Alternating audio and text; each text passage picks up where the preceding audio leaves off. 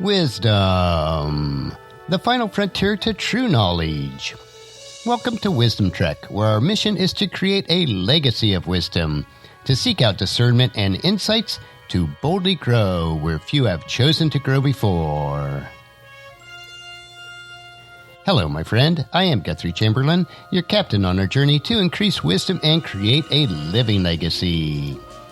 Thank you for joining us today as we explore wisdom on our second millennium of podcast. This is day 1268 of our trek, and time for our Philosophy Friday series.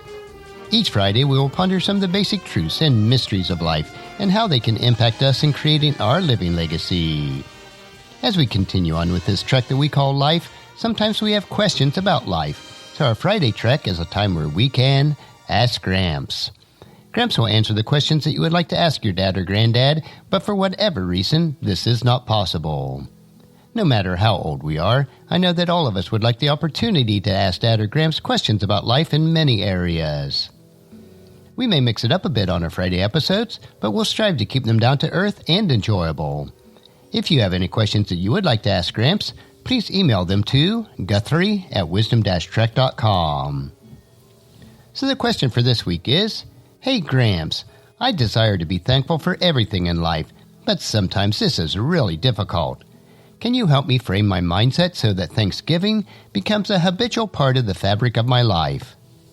So today let's look at true Thanksgiving.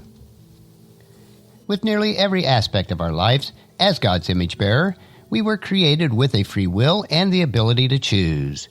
We can choose God or reject Him. In the same way, regardless of our daily situation, circumstances, and events, we can choose a heart of thanksgiving or a heart of discontentment. Especially in our Western world, we take so many good things about life for granted, and it is easy to become dissatisfied and ungrateful. We need to maintain an attitude of thanksgiving every day of the year.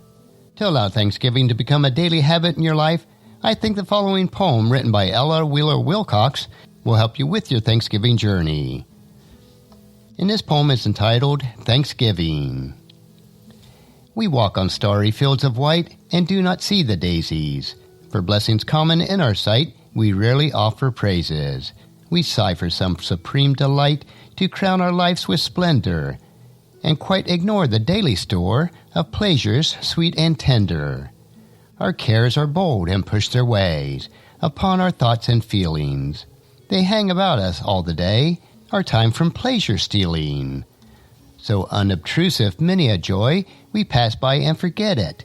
But worry strives to own our lives, and conquers if we let it.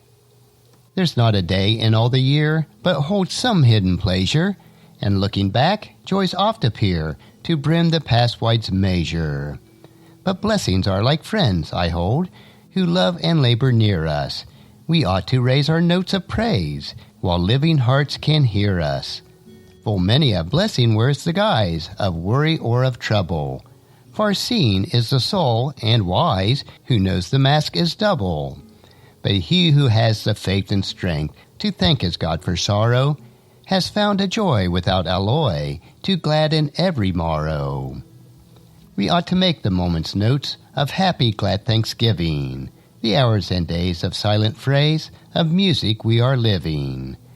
And so the theme should swell and grow as weeks and months pass o'er us, and rise sublime at this good time, a grand Thanksgiving chorus. Also, we must go to God's Word as the final word on Thanksgiving, so today let us ponder Psalms 100, which is a psalm of thanksgiving. Shout with joy to the Lord, all the earth. Worship the Lord with gladness.